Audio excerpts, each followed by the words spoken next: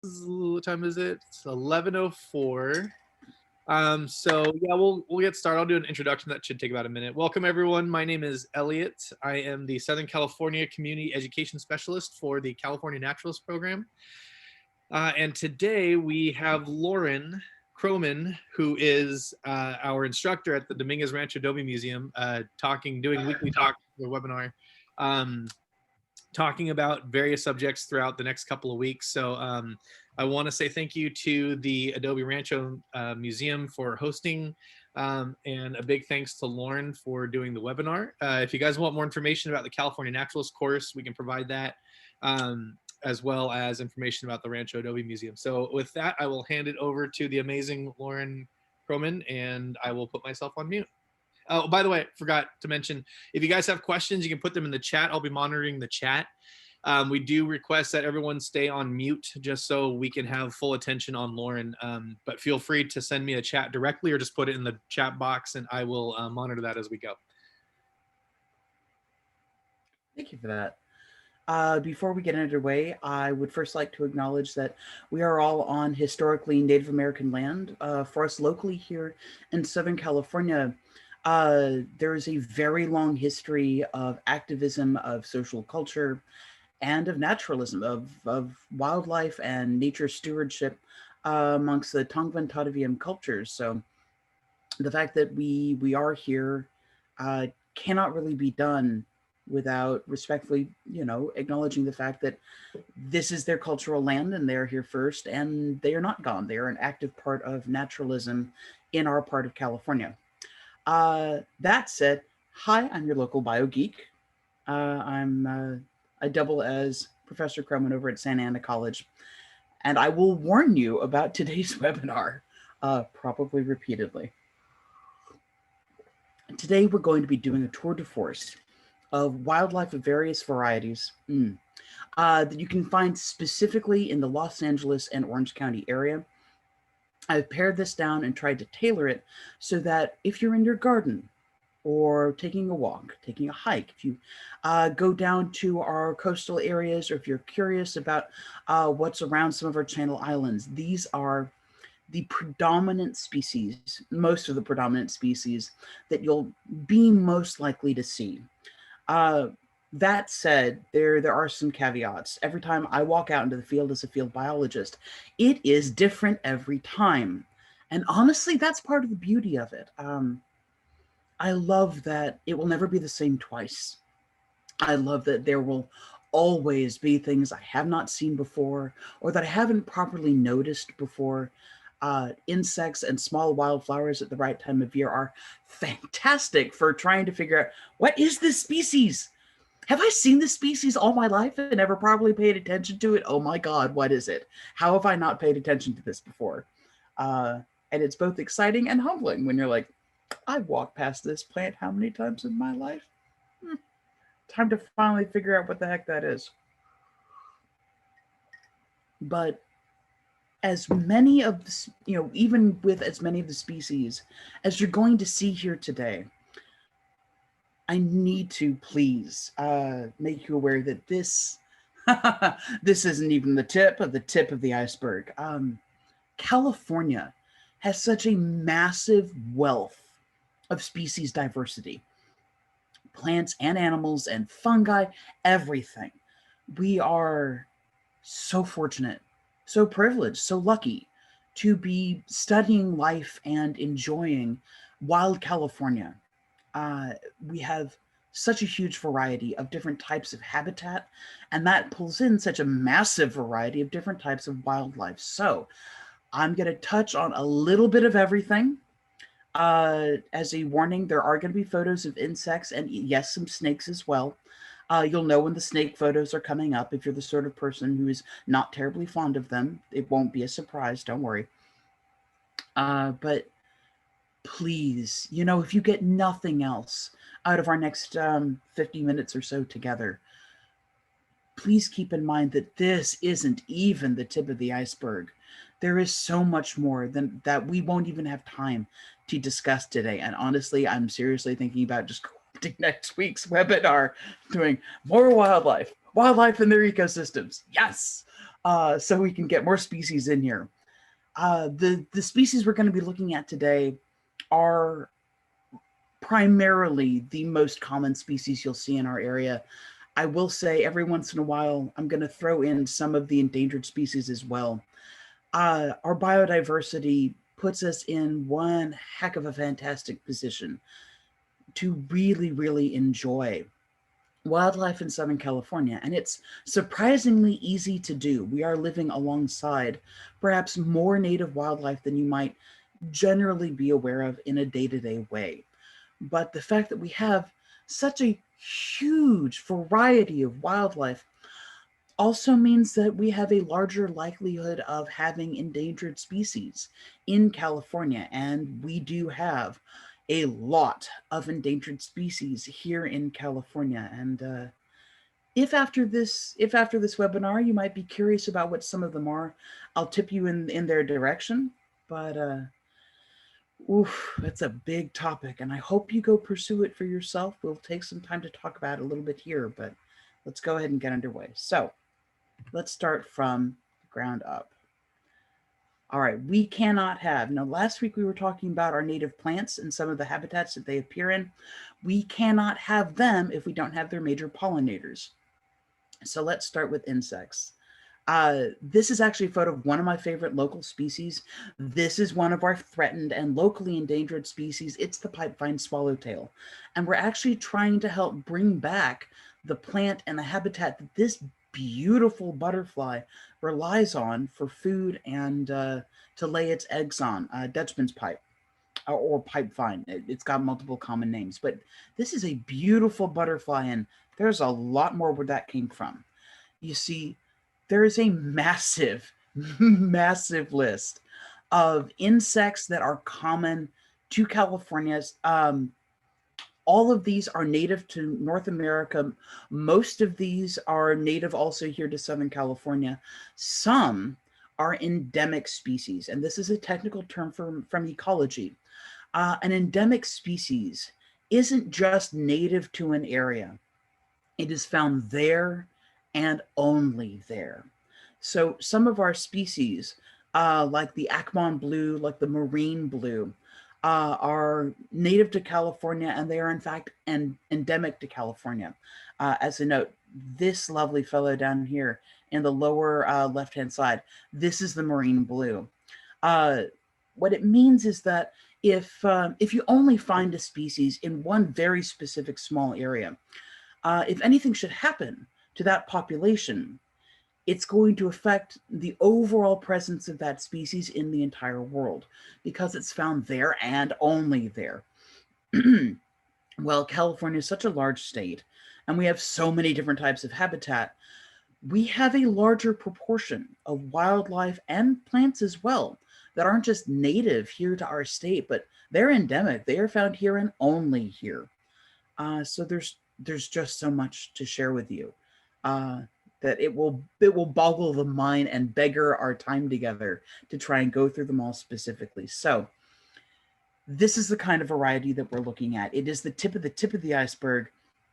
I will confess, for this slide in particular, this doesn't even touch it. Like, there's maybe 2 different types of bee on this entire list, and there isn't even an ant. And we've only got a few different types of beetle.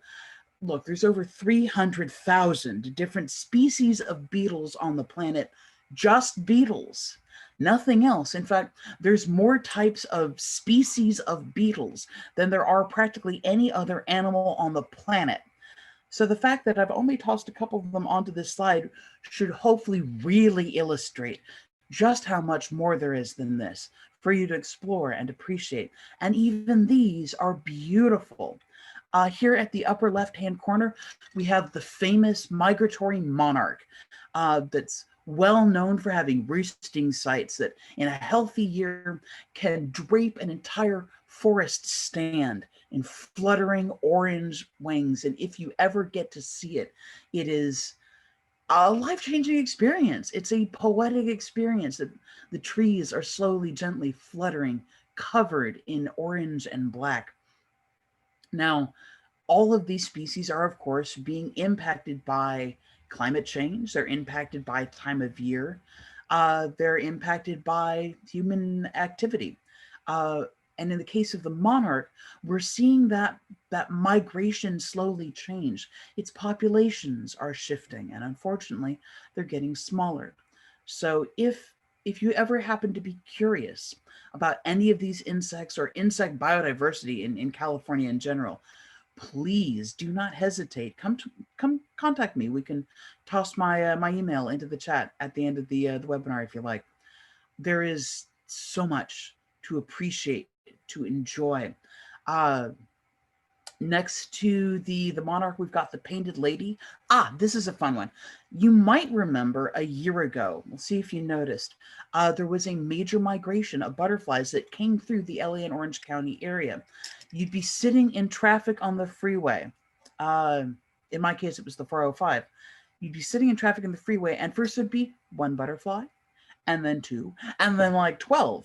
I was sitting on the 405 during rush hour one day, and not only was it, a couple of butterflies and then more of them, there are butterflies hitching a ride on the back of a pickup truck, just resting and fanning their wings and sunning themselves, and traffic seemed to be going in the correct direction. They were just resting for a little bit.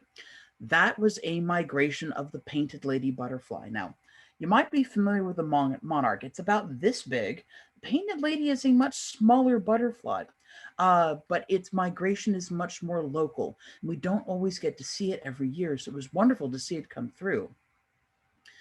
This dramatic individual over here at the upper right-hand corner, with the dark brown and the blue, almost kind of lavender spots along the outsides of its wings, this is the mourning cloak. And it's a resident around here year-round. If you plant the right plants in your garden, or if you go visit a park at the right time of year, you'll see them on full display. They may even try and flit around your head. The mourning cloak is territorial. And not a lot of folks realize that, yeah, butterflies can be territorial. It's not a big issue for you and me, but what it means is that the same, usually male, will set out a stake of flowers, something really high quality, to try and attract a female to come lay eggs with him, to come mate with him. And they will try and hold butterfly battles. They'll fly around each other and try and bat at each other with their wings. And if you're just walking through your garden, you might not even realize that this is some serious butterfly combat going on, but for them, it's very important. It looks very graceful to us, but we're not the species that this is directed at. Goodness, we have so much to talk about. We're going to have to go ahead and move on. But this is not even the tip of the iceberg. And if you like butterflies, if you're interested in pollinators, if you're interested in planting a garden to pull more pollinators in, these are a lot of the insects in particular that you're probably trying to attract. And they are some of the most common insects that you're likely to see come to your garden that are actually native here in California. Next up, let's look at some amphibians. Yeah, even in the driest regions of Southern California, we actually have some native amphibians. For instance, this fellow here is the California newt. Others include, the black-bellied slender salamander, which is this fellow all the way down here at the bottom. There's the Baja California tree frog, which is this pair of teeny tiny, look at this. These fellows are smaller than the fingernail on your pinky. They are tiny. Some of them are less than a centimeter long. If you don't have to work in the metric system all the time, that's less than half an inch long. They are truly minuscule. Let's see. We've got the Ensatina, which is this very, very tiny, perched on the frond of a fern, very slender little salamander here. Here's the thing. I warned you that some of these species were going to be endangered. A very great many of our native amphibians are threatened or endangered. Some of them are actively on the endangered species list. And here's why. Between drought and habitat loss, we have a lot of activity that's basically hitting our amphibians with a 1-2 punch. A lot of them can handle one or the other, but oh, not both. Oh, not both.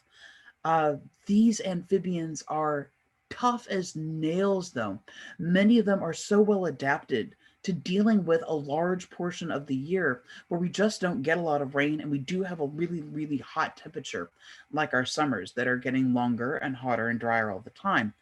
That they will basically hibernate through the summer. There's a technical term for it. It's called estivation. And what it is for them is a process of burying themselves down at the bottom of creek beds or riverbed, even a pond bed, that even during the summer keeps a little bit of water down at the bottom of the bed, and they will go dormant. They will sleep so heavily that their body comes as close to completely shutting down as possible without actually dying. And the moment we actually get some serious rain, it will refresh their systems and they will break that dormancy and become active again. And this happens every single year. Imagine if we had to almost die just in order to survive a whole season out of every year. But for them, it's a natural part of their evolution. It's part of their adaptations to surviving here. Uh, so please be aware, we do have, in fact, native Southern Californian amphibians. They're really well adapted to our area, but even they are having a bit of a hard time. Moving on. All right. We are a major coastal region here in Southern California, and it would be a huge loss if we didn't look at some of our native fish at least a little bit. Now, here at the title slide, this is actually our state fish. It is the Garibaldi. We actually have a state butterfly as well. That's the California dogface. And you'll know the Garibaldi by its vivid, bright orange coloration. It's not a terribly small fish. Like, this is a stalwart looking fish, about 12 to maybe 16 inches long, depending on the variety, male versus female. If you wanted to see them locally in a decent season, you can actually see them around Santa Catalina Island. They're in the midst of the kelp forest, and we'll probably cover kelp forest as one of our major marine habitats in our talk next week. Now, we are about 20 minutes in. So after the fish slide, let's see if we've got any questions. What can I help you out with? So we have no surprise. Here along the west coast of North America, we have a huge biodiversity of marine life. Unfortunately, we don't have any no echinoderms. I'm not showing any marine invertebrates, but please, like I was saying earlier, please be aware this isn't even the tip of the iceberg. We have shrimp, crabs, starfish, tunicates, octopi, sharks, all manner of different wildlife. These are just the most common fish that you're likely to see. If, say, you were diving or doing a research dredge here around our local Channel Islands or around Palos Verdes or even the mouth of the LA River. So we have a huge variety of cold water marine fish. This doesn't even include some of our freshwater fish.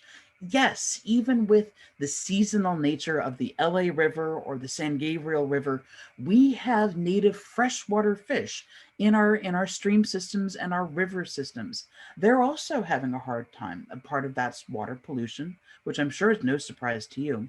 Part of it's also the seasonal nature of a lot of our freshwater waterways. And there are actually some folks in the California Naturalist program that specialize just in studying how are those freshwater fish populations doing with all the challenges that they are facing. So we have just a massive variety. This is the California halibut up here on the left-hand side. Let's see, that is the California opal that's over here next to it. I love the California sheephead. Unfortunately, it's not on this slide. The sheephead's a fun one. If its populations don't have enough males to breed and continue on the population, females can actually undergo such a massive hormone shift, they will become males. They can do this once and only in that one direction, once in a lifetime. to help make sure that their populations can continue. A fun one for local marine researchers is the California grunion, which has its annual grunion run for reproduction, where they will flood some of our local beaches in order to fertilize their eggs. Now, coming up on land is, of course, a massively risky adaptation, but they come up in such numbers and are able to lay so many eggs and fertilize so many eggs during that time that it's still evolutionarily an adaptation that will work. All right. Before we do rattlesnakes, before we do any kind of reptile photos, let's pause and see, are there any questions, any comments? Is there anything I can help anybody out with? Yeah, and so be aware that after this, we'll see some snakes. We've had a couple of interesting questions. One of them was asking about the Ensatina, which maybe we can revisit, maybe do a little bit of a scratch a little bit below the surface on that one in a second. But Sure. the other one was asking about why some frogs can change color, why specifically why it turned white. If you want to elaborate on that one at all. All right. I'm actually really, really pleased somebody happened to ask about that. Studying amphibian biodiversity and population health lately has been, I'll warn you, it's been a bit of a downer. It's sort of a heartbreaking experience right now. This is a worldwide phenomenon. This is not specific to Southern California. So if you have noticed, I'm actually very, very pleased that you've noticed. This is actually a type of fungus that can infect the skin of certain amphibians. It's hitting a lot of our frogs and our toads very, very hard. And the problem is to be amphibious, to be both lived, to have a major part of the life cycle that relies on being in the water and can tolerate being on land, that amphibians are known for and named for. They have major physical adaptations, both for living on land and in the water. Jumping around, being able to walk on land is a major one. A very important one for living in the water, though, is the structure of their skin. See, an amphibian's lungs, even though they can breathe air, an amphibian's lungs are a lot smaller than you might expect them to be. And part of this is that their skin is permeable to oxygen and a number of other things. This is part of what makes them so sensitive to water pollution, because pollutants can make it straight through their skin and into their bloodstream. It means that while they're swimming, they can absorb oxygen right out of the water, so they don't have to come up for air. But it does mean that when their skin has an infection, as there's a very particular variety of fungus that has been spreading through our amphibian populations the whole world round, it's the worst the worst kind of congestion you can imagine, to the point where it actually keeps them from getting enough oxygen into their system. And I'm afraid that the process, if they're stressed out by pollution or something else, can be enough to kill off our amphibians. And indeed, we've been seeing in the last 7 to 10 years or so, we've been seeing a massive drop in amphibian populations of a huge variety of different species, not just here in California, but the whole world over. It's something that can accidentally escape public notice or appreciation, because not everybody appreciates these little guys, but they can really use your help in a big, big way. I hope that's a helpful, useful answer to your question. Yeah, that was great. Thank you. The other one, I don't know if we have time to go in. We have two other questions. One of them is about the tiny butterfly on the Palos Verdes Peninsula. And then the other one is about, I don't know, the other one was just asking the name of the Ensatina. I don't know if you wanted to go deeper into Ensatina's biology at all. That's up to you. But those are the two questions we have remaining, is Ensatina and then the small butterfly on PV. I'll tell you what, I want to make sure that if folks have questions, we definitely take the time to answer them. If we need to continue the rest of wildlife next week, we can continue the rest of wildlife next week. And maybe I can get some more species in. I am hoping that by the small butterfly on the Palos Verdes Peninsula, you may be referring to the Palos Verdes blue, which is all right. As much as the skin fungus has been hitting amphibians, and it's a very important thing to discuss, but also a sad thing to discuss.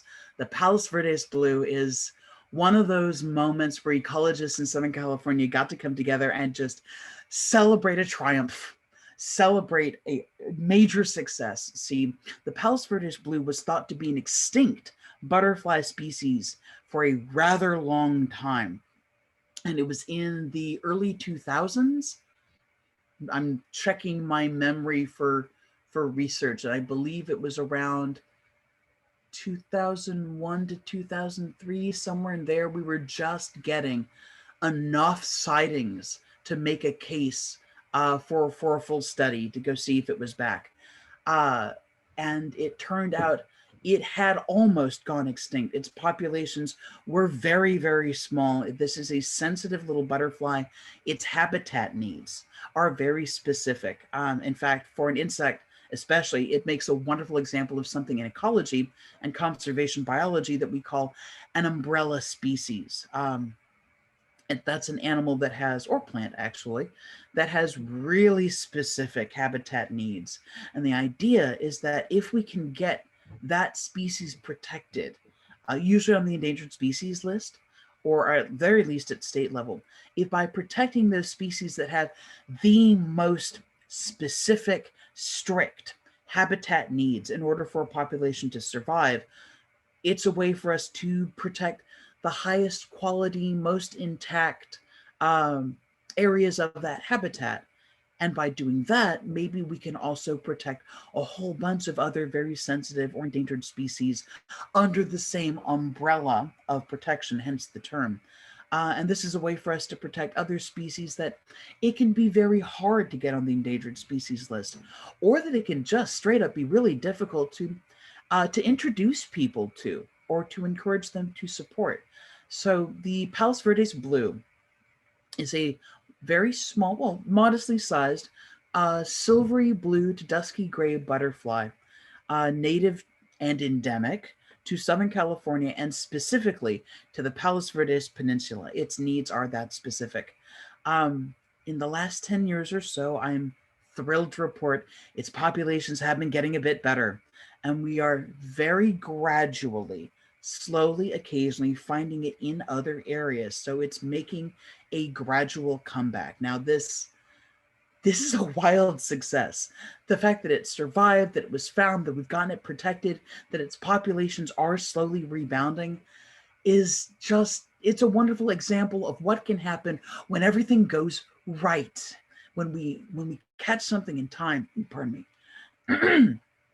When we catch something in time, when we get protection for it, when the protection works well, and when things actually start being able to survive a little bit better with that bit of a helping hand, this is one of those. This is conservation biology and ecology, and how you can apply it at its best and as local as you can get. So the Palos Verdes blue is still not common.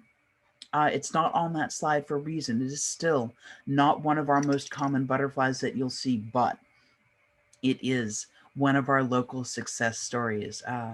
And heck, if we get to continue more wildlife next week, I may just sneak in a photo of the Palos Verdes blue so you can see exactly what I'm talking about. What always stood out to me about that butterfly too is one of the main reasons for its downfall was the building of a baseball field. So that Yep. really is a cue into how much, how localized this species was. That by building a baseball field over the top of their main swath of their habitat, it Yep. was, a big nail in their coffin. And then the other thing I want to throw in there too was about the Xerxes butterfly up in San Francisco Oh, Peninsula, thank you. Yes, which please. they went extinct in the 40s, something like that, 40s or the 50s. So it was definitely like Mhm. kind of a bellwether. And I think people really, took the lessons learned from that and, applied it to this. And that's why we have a preservation of the species. They're, I'm really glad you pointed that out. Using a species as a bellwether, we have a history in ecology here in Southern California of noting some of our most sensitive species, and primarily because a lot of California tends to, as a general culture, be a little bit more aware about habitat loss, the harm of pollution. We've been a little bit better than a lot of areas about catching some of this damage as it comes across, as it's harming a lot of our most sensitive species. A lot of our butterflies are absolutely on that list of really pollution sensitive species with not a whole lot of extra habitat to lose. Our amphibians make up a huge proportion of the rest of that list.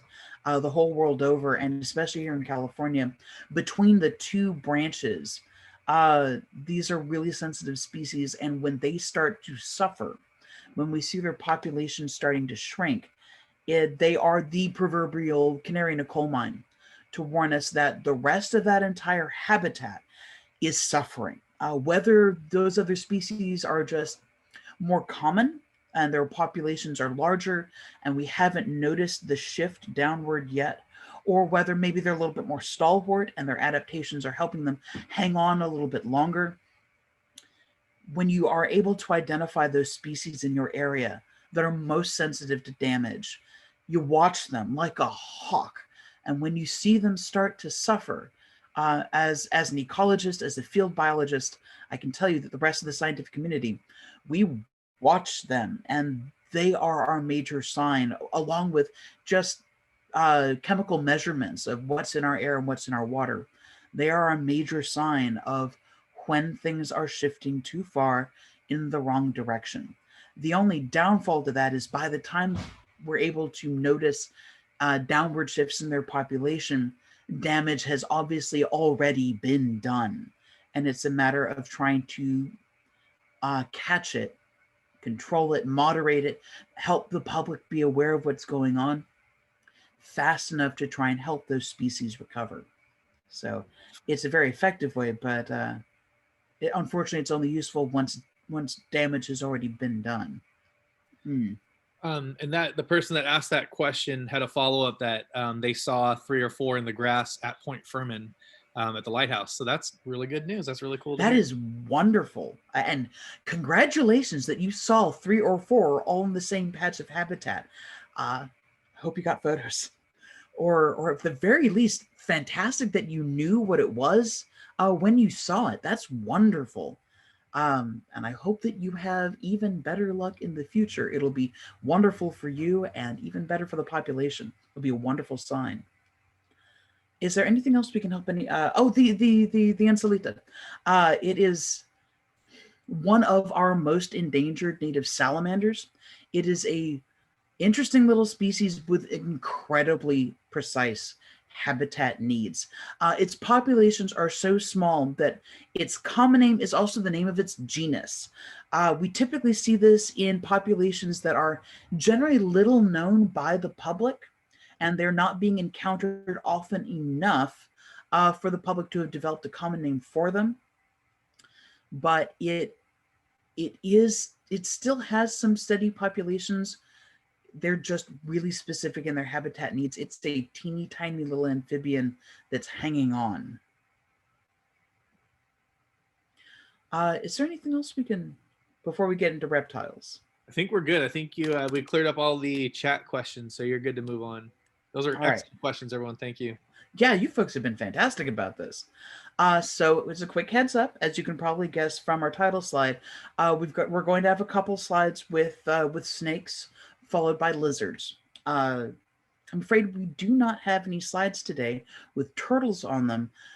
We do not have any native terrestrial turtles. The vast majority of turtles you're going to see down here, say in like El Dorado Park or the pond over in Silver Lake Park, these are invasive. These are not native. These have been introduced. As a quick word, because I brought up the term, when I say that something is an invasive species, that could be anything, a fungus, a plant, an animal, that not only are not native to Southern California, but they're actively harmful in being here.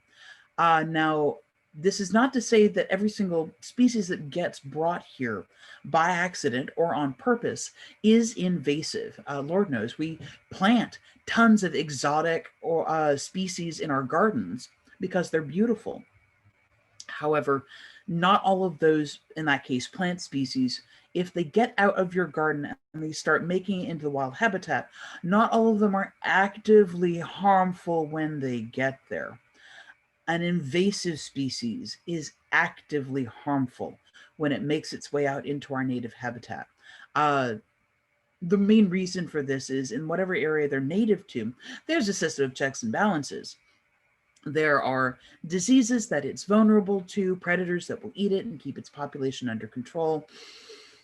But there aren't, pardon me, when they make their way into our native habitat.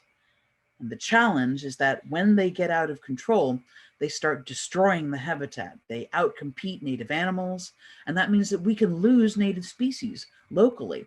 And remember, if one of the species that we lose locally happens to be endemic, it's not just lost locally, it's also lost globally at the exact same time. Well, we have several species of invasive turtle. So if you see a turtle out at one of your local park's ponds, unfortunately, it's not ultimately from around here. All right, so let us come through and appreciate some of our native reptiles. Now, the vast majority of snakes here in Southern California are non-venomous. They are not harmful to humans in any way. And most of them you may see as they are leaving your presence. The vast majority of our non-venomous snakes, and even of our venomous snakes, tend to be shy about people. So most of the time, if say you are out hiking and you happen to see one of these beautiful animals, it will either hold its position until you are out of the way and it can leave safely, or you will see as it is beating a hasty retreat. Now, these are just some general species. Many of these have several species that belong to the same group, such as we've got various species of gopher snakes. This in particular here is the San Diego gopher snake. And what I hope you can appreciate, even if you're not a fan of snakes, is this beautiful sort of amber and black checkerboard pattern that goes down its back. Now, they are named for the major component of their diet. They go after rodents, and they are beautiful. Uh, I've actually been out hiking, and I was actually once sitting on a rock doing field observations and had one pass by maybe 50 feet away from me and just was slowly on its way. It was out hunting somewhere, and it was a beautiful individual. That checkerboard pattern that comes down the back and even a little bit around the sides is a really, really good way to identify if you're looking at a gopher snake. Now, sometimes folks can be a little bit confused between the gopher snake and the diamonds on the back of a rattlesnake. Here are some major ways to tell the difference. First of all, we've got some major pointers here on the title slide. A rattlesnake's going to have a triangular head where the back of the jaw is much wider than the neck. This is a decent sign that that rattlesnake is part of the viper family and is venomous. A rattlesnake also has very, very non-glossy, kind of matte colored, dusty looking scales, and they are much, much thicker bodied. The gopher snake is a much more slender animal, and you'll see one by comparison when we look at the rattlesnake on the next slide. It is not even the most slender snake that we have, though. That would probably be one of our racers. Now, down here we've got the California striped racer. Come here. Where's my cursor? Give it back. Sometimes PowerPoint likes to steal my cursor. This is the California striped racer. It's got a racing stripe down either side of its body. Here is the red coach whip, aka the red racer. And these are very, very narrow-bodied, very, very light-bodied snakes. As their name would suggest, they are also very fast. Most of the time, if you see one of these out in the habitat, it will be as it is leaving your presence as quickly as it can. Here up top, the black snake with interrupting white bands. This is a California king snake. We actually have got several different subspecies whose markings can be real unusual, but it's always white markings on an otherwise black body. And certainly last but not least, this beautiful animal here doing a little defensive posture. See how the head is drawn back over the coil? This is please don't bother me. This is the California red-sided garter snake. Garter snakes are also very slender, very light-bodied. They go after insects primarily, so earthworms, large crickets, small rodents or birds' eggs if they can get to them. As a way to tell just how small this animal is, note that it's coiled around this little clump of grass there at the back of the body. So this is a very small little snake.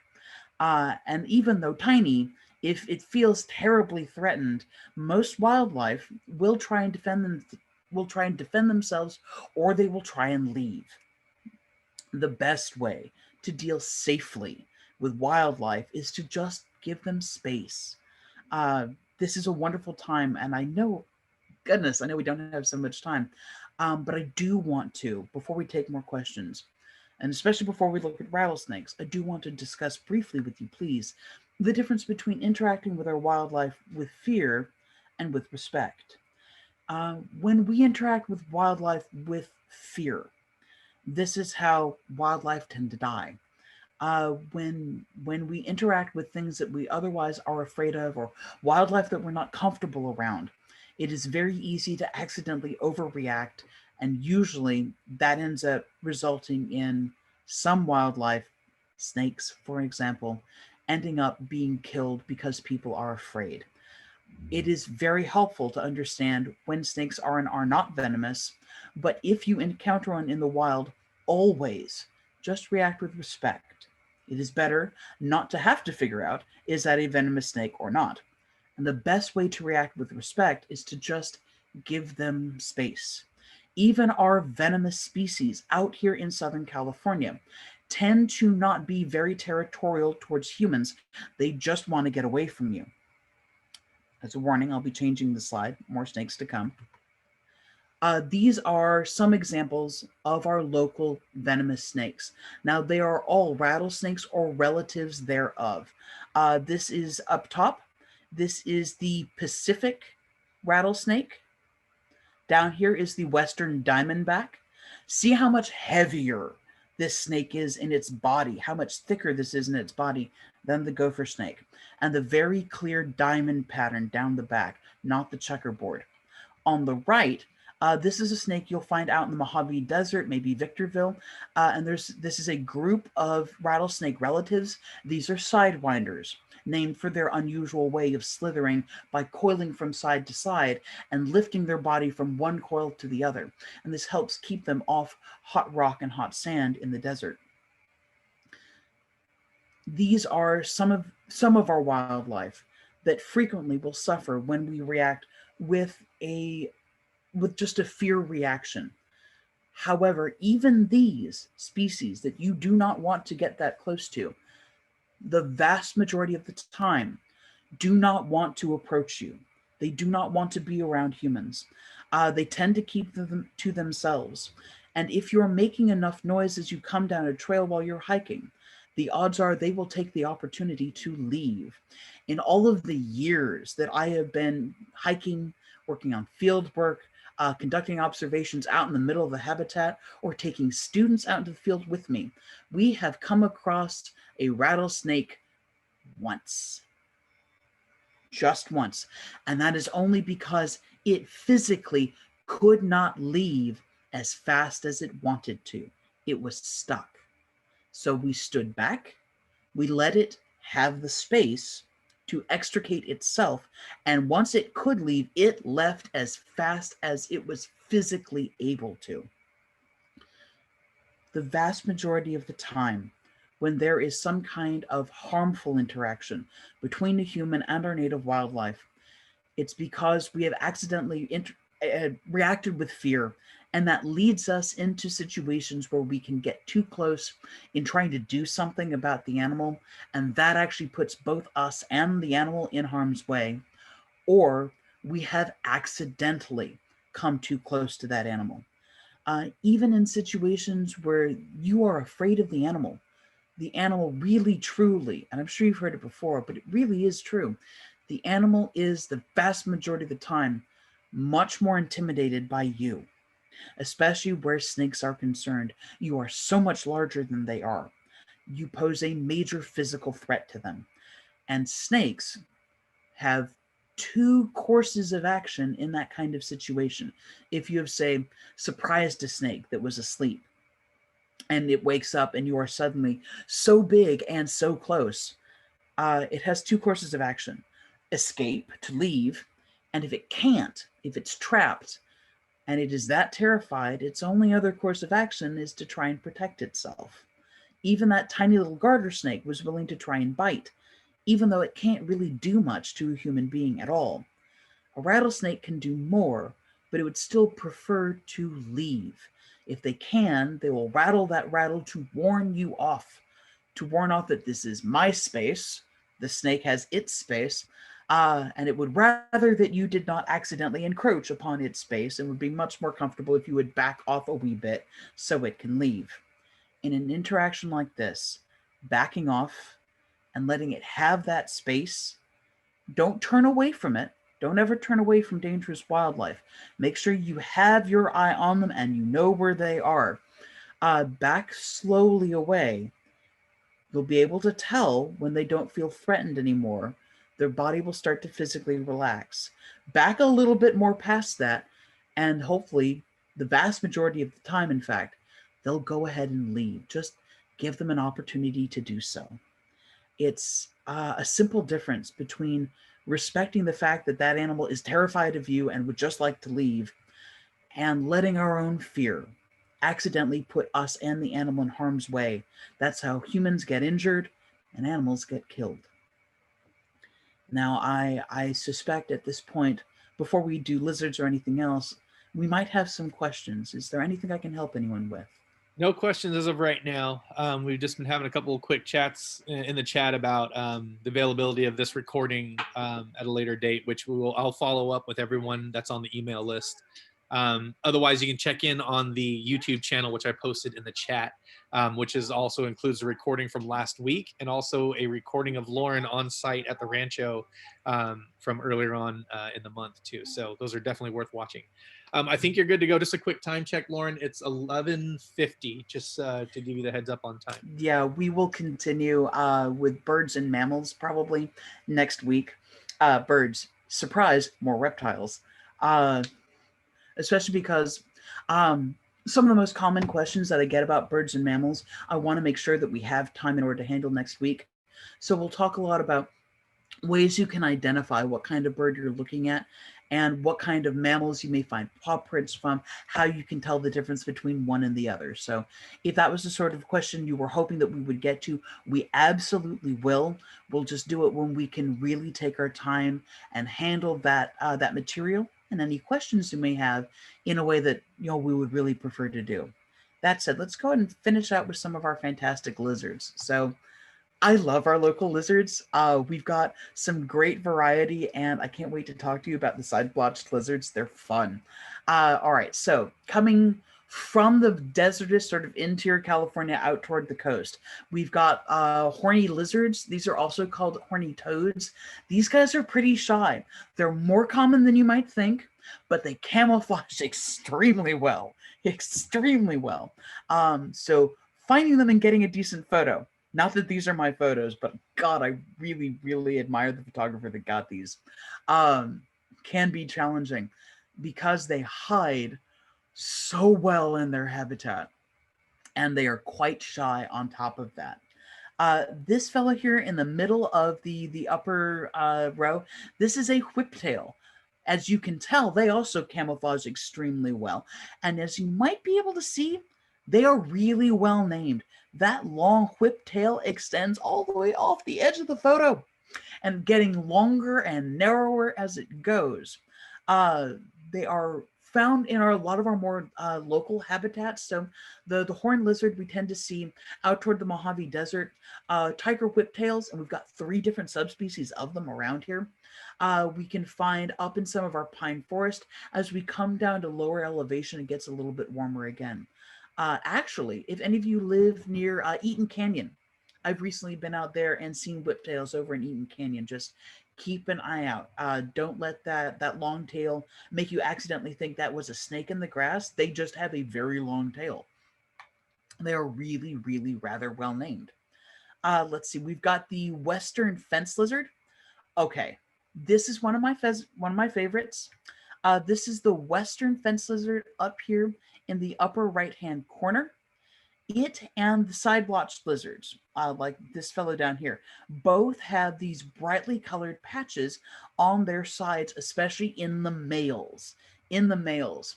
Now, the fence lizard and the side blotched lizards are some of the most common species you'll ever see. If you get lizards in your backyard, odds are really, really high. These are the lizards that you're seeing. These are the little guys that come springtime. You'll see in your backyard doing little push-ups. Oh yeah, so toned, get ripped. What they're doing is they're showing off these really colorful patches of scales, like you see on this fellow's belly and even a little bit on his throat on the right-hand side of the screen. These guys are showing off. Not just for females, although they're definitely doing that. They're also showing off to other males. Here's the thing. The concentration, how vivid that color is, and how big the colored patches are a major sign of what we call evolutionary fitness. They're a major sign of what we call mate fitness. See, in order to get the pigments to make those bright blue scales, they have to have a really high quality diet, and you can't fake that. Either that little lizard has got some really high quality territory, and they are territorial towards each other. And in that territory, either he has super prima gourmand, high quality food that he can get access to, or he doesn't. You can't fake it. So the healthier he is, the higher quality his diet is, the more vivid, the more colorful, and the larger those patches are. So when he does those little push-ups, he's showing off to the females. Hey, baby, over here. Look, primo, nice, healthy. See the resources I've got going on. And he's showing off to the males, the competing males at the same time. And it's sort of the local lizard version of do you even lift? That I obviously am so healthy and have such fantastic resources, you can't even compete. It's a power move. It's also major mate competition. So when you see these fellows, like come springtime when it gets warm again after we get rain, and you see them out there doing their push-ups, that's what they're doing. They're trying to attract a mate and they're competing with other males at the same time. A couple other species that we get out here is the alligator lizard. These guys can be a little territorial as well. You don't want to bite from one of them. The vast majority of the time, they are going to run from you, though. Just give them some space, let them run. But look at the beautiful pattern as they come down their back. And they have sort of a flattened back. So if you think about like the shape of an alligator's body, they've got that flat, heavy series of ridges that come down their back. Same thing, same basic shape. And last but certainly not least, we have two different species of skinks down here in Southern California. We've got Gilbert skink and the western skink. This is, let me check myself briefly. I believe this is an adult for Gilbert skinks. They developed this gorgeous sky blue tail. It really is that color. It is vivid. It is lovely. They can be rather shy. So if you happen to see one, count yourself lucky. You'll, again, frequently see it as it's on its way off the trail and giving you your space because you're so much larger. But that tail and that really distinctive thick black stripe down the side, you'll see in either species. The brightness of the tail differs a little bit between the species. Seeing that thick black stripe down the side is fairly consistent. And they have got sort of a rounder, less pronounced snout to the shape of their face.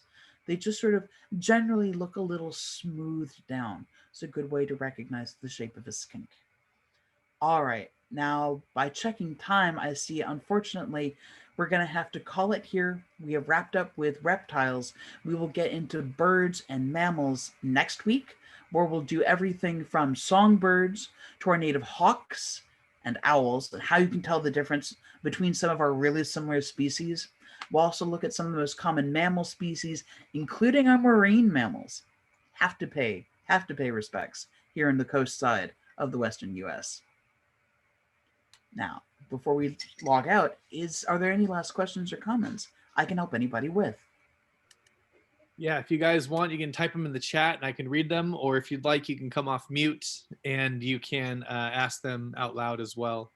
And I always have my ending question for you as well, Lauren, if we don't get any other ones. So give people a couple moments to collect any questions Quick. you might have, and then gives you a little bit of time to think about the answer to your question. Oh no! Oh, Quick, yeah. ask questions. Buy me time. I think I know what he's going to say. Help. I did want to mention someone said about, I believe they were referencing either the lizards in whole or just the side blotched, that before they liked them, but now they love them. And I said that's the magic of Lauren's teaching. Lauren is a contract instructor for the California Naturals program for 3 different organizations. Well, actually 2, but 3 different courses. 2 of them are run for the same organization. And we constantly get just amazing feedback from Lauren. I'm tooting the horn right now. But this is just a taste of what you get from Lauren's California Naturals program. So I really highly recommend, if you guys are enjoying this, to sign up for the next upcoming California Naturals program at the Adobe Museum, which we have yet to determine the dates. But everyone's on the email list. We'll definitely start sending out information about when we might have that. There are no other questions right now, so my question for you, I'll make it a little bit easier.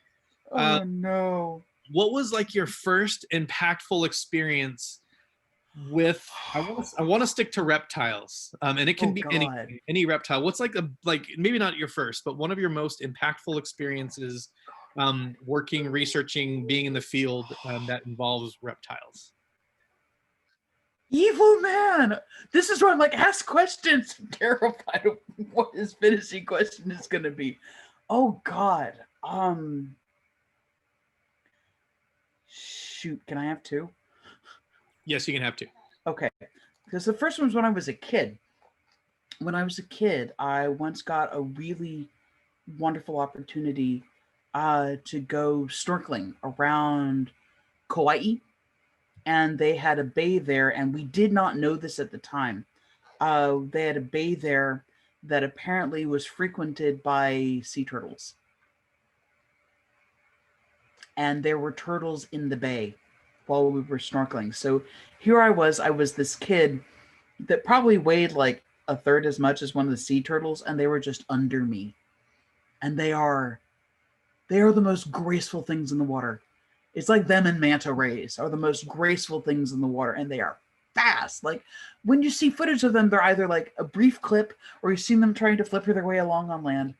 But just watching them for a long period of time just swim was the most awe-inspiring thing.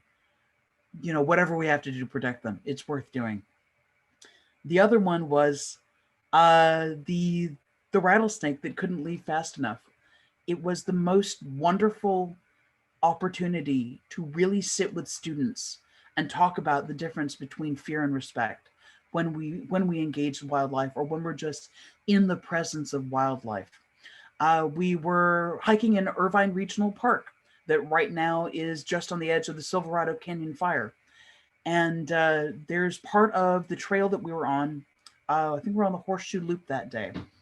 And part of the trail is fenced off. There's I think it's a water meter or electrical meter that's been fenced off in there. And we were coming around the backside of the loop, and there was a rattlesnake that was trying to squeeze its way through the fence.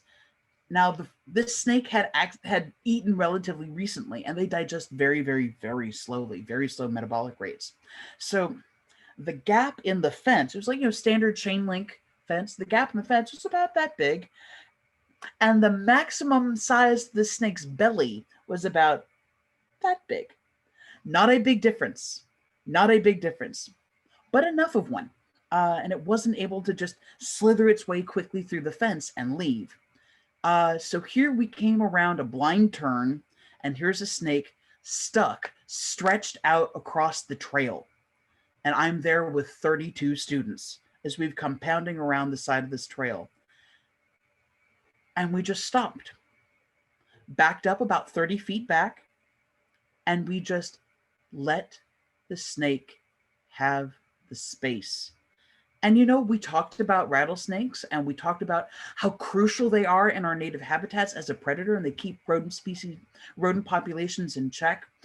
We talked about how one develops its rattle, and I've got to tell you, this was the most beautiful rattlesnake I've ever seen in my life.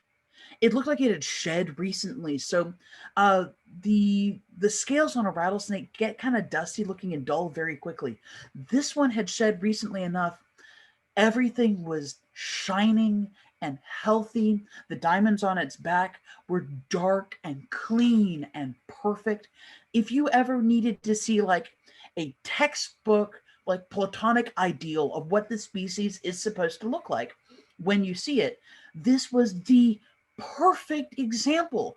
I have never seen a rattlesnake that looked as healthy or as beautiful. Just the markings were perfect.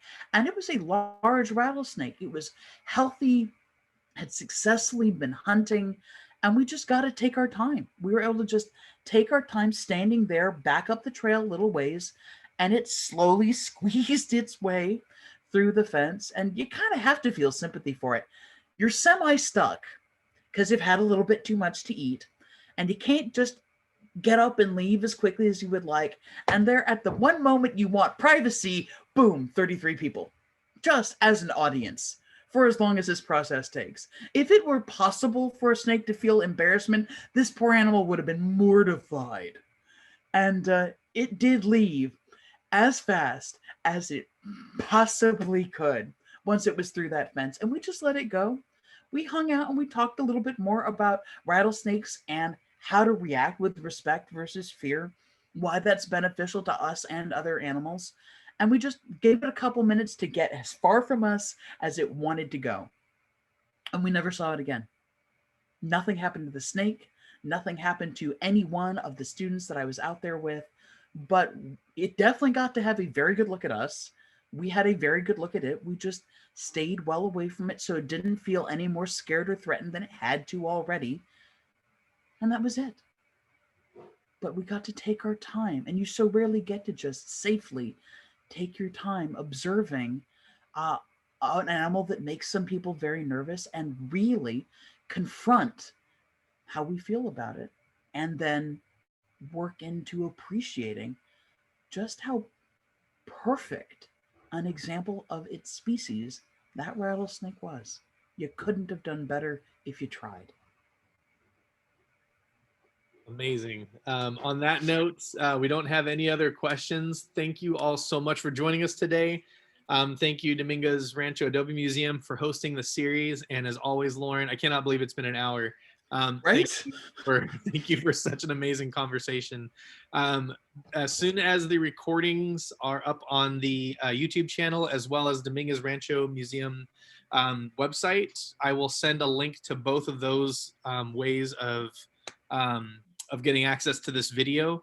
We'll be doing the same thing next weekend, so be sure to sign up. And yeah, we'll see you guys hopefully all next weekend. And again, Lauren, thank you so much. It was absolutely amazing.